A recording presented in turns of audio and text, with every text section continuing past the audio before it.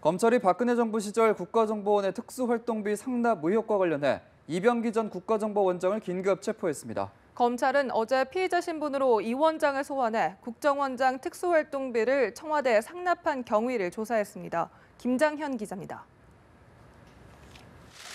검찰이 이병기 전 국정원장을 박근혜 정부 시절 국가정보원의 특수활동비 상납 의혹과 관련해 오늘 새벽 긴급 체포했습니다.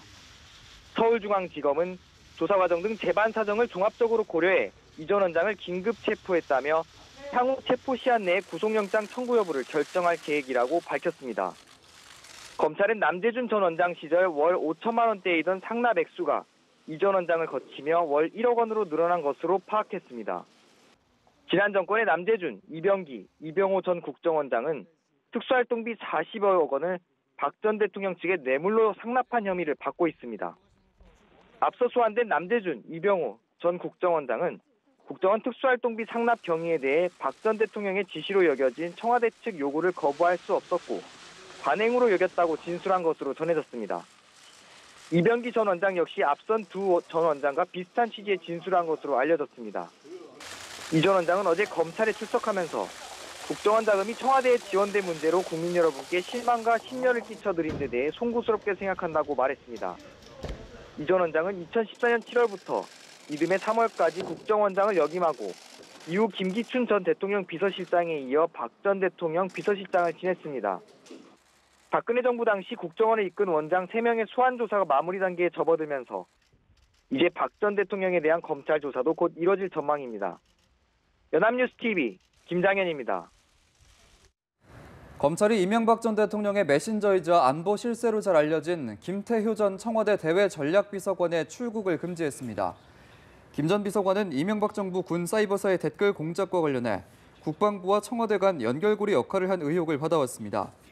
최근 구속된 김관진 전 국방부 장관은 검찰 조사에서 김 전 비서관이 실무를 담당했으며 대통령 보고에 배석했다고 진술한 것으로 알려졌습니다.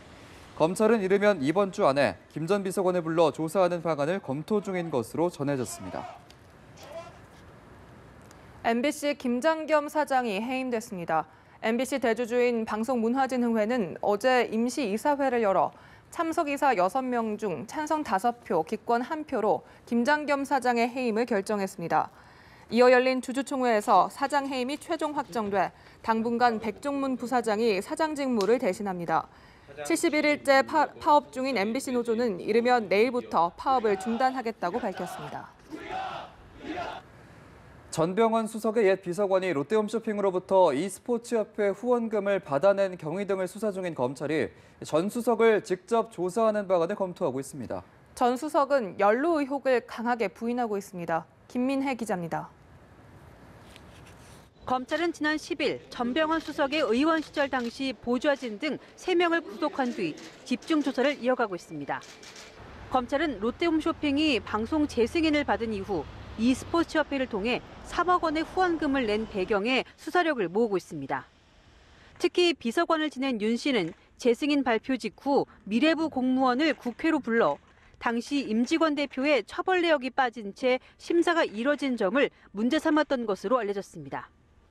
이후 롯데홈쇼핑은 전 수석이 명예회장직을 맡았던 협회에 후원금 명목으로 3억 원을 냈습니다. 검찰 내부에서는 비서관 신분인 윤 씨만을 바라보고 롯데 측이 협회에 후원금을 냈을 가능성은 작다는 관측을 내놓고 있습니다. 당시 강현구 롯데홈쇼핑 사장이 재승인 이후 전 수석을 만난 점, 전 수석이 당시 방송 재승인에 영향력 있는 미방위 소속이었던 점 등도 검찰이 전 수석의 직접 조사를 검토하는 요인으로 꼽힙니다. 검찰은 협회 내부의 운영과 의사결정 과정에 관해 들여다보고 있다며 혐의가 소명되면 누구든 수사할 수 있다는 원론적인 입장을 밝혔습니다. 아울러 검찰은 전 수석의 가족이 롯데홈쇼핑 기프트카드를 사용한 흔적도 포착해 경위를 조사할 방침으로 알려졌습니다. 전 수석이 의혹을 강하게 부인하는 가운데 구속된 전 보좌진들의 진술 태도에 따라 전 수석이 피의자로 입건될 가능성도 배제할 수 없다는 전망이 나옵니다. 연합뉴스TV 김민혜입니다. 북한군 병사 1명이 어제 오후 판문점 공동경비구역을 통해 귀순했습니다. 귀순 과정에서 북한군의 총격을 받은 이 병사는 병원으로 옮겨져 긴급 수술을 받았습니다. 이승국 기자의 보도입니다. 북한군 병사 한 명이 판문점 공동경비구역 JSA를 통해 귀순한 건 오후 3시 반쯤입니다. JSA 전방 북측 초소에서 우리 측 자유의 집 방향으로 넘어온 건데 이 과정에서 북한군의 총격을 받고 어깨와 팔꿈치 등에 부상을 입었습니다. 우리 군은 기순자의 신병을 안전하게 확보하고 부상 치료를 위해 병원으로 긴급 후송 조치하였습니다. 합참 관계자는 여러 발의 총성이 난 뒤 군사분계선 넘어 우리 측 50m 지점에 쓰러져 있는 북한군 병사를 발견하고 신병을 확보했다고 밝혔습니다. 북한군의 추가 사격에 대비해 포복 자세로 쓰러진 북한군에 접근해 안전한 곳으로 데려왔으며 남북 간의 교전은 없었다고 설명했습니다. 경기 수원 아주대병원으로 옮겨진 귀순 병사는 2011년 아덴만의 여명 작전에서 총상을 입은 석혜균 선장을 치료했던 중증 외상치료 전문의 이국종 교수로부터 긴급 수술을 받았습니다. JSA를 통한 귀순은 지난 2007년 이후 10년 만인데 매우 이례적인 일로 꼽힙니다. 북한에서는 출신 성분이 좋고 노동당에 대한 충성심이 높은 집안의 자녀들을 골라 JSA에 배치하는 것으로 알려져 있기 때문입니다. 합참은 북한의 도발 가능성에 대비해 만반의 경계태세를 유지하고 있다고 밝혔습니다. 연합뉴스TV 이승국입니다. 네, 총상을 입고 귀순한 북한군 병사가 5시간에 걸친 수술을 받고 일단 생명에는 지장이 없는 것으로 알려졌습니다. 수술을 맡은 이국종 교수는 귀순 병사가 6곳에 총상을 입었고 7, 8곳에 장기 손상도 있었다고 밝혔습니다. 이어 수술을 더 이어가면 환자가 체력적으로 버틸 수 없을 것이라 판단했고 추가 수술이 필요하다고 말했습니다. 이 교수는 소말리아 해적에게 납치된 인질을 구출하는 아덴만의 여명 작전 당시에 피랍 선박인 3호 주얼리호 석혜균 선장을 치료한 바 있습니다. 필리핀을 방문 중인 문재인 대통령이 리커창 중국 총리와 회담을 열었습니다. 시진핑 중국 국가주석과의 정상회담에 이어 이틀 만인데요. 경제와 통상, 문화교류 등 실질 협력을 증진하는 방안이 논의됐습니다. 고일환 기자입니다. 문재인 대통령이 중국의 국가서열 2위 리커창 총리를 만났습니다. 문 대통령은 중국의 경제정책을 총괄하는 리 총리와 사드 합의 이후 양국의 실질 협력을 증진하는 방안을 논의했습니다. 문 대통령, 시진핑 주석 정상회담을 바탕으로 양국 관계 발전의 중요성에 공감하고 양국 간 각종 교류 협력이 조속히 정상 궤도로 돌아올 수 있도록 최선을 다하자는 데 의견을 같이 했습니다. 문 대통령은 사드 문제로 침체된 한중 관계로 인해 한국 기업들이 어려움을 겪었다고 지적했습니다.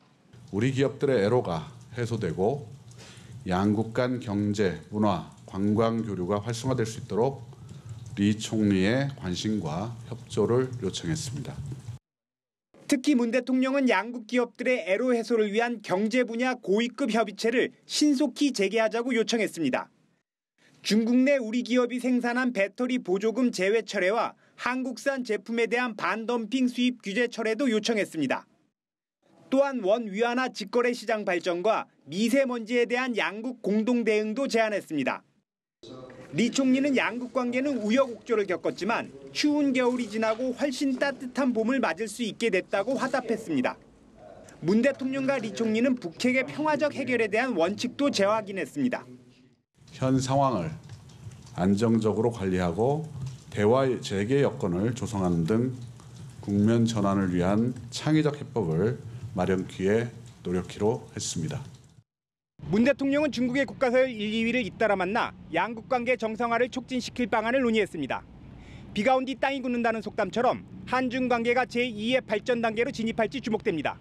필리핀 마닐라에서 연합뉴스TV 고일환입니다.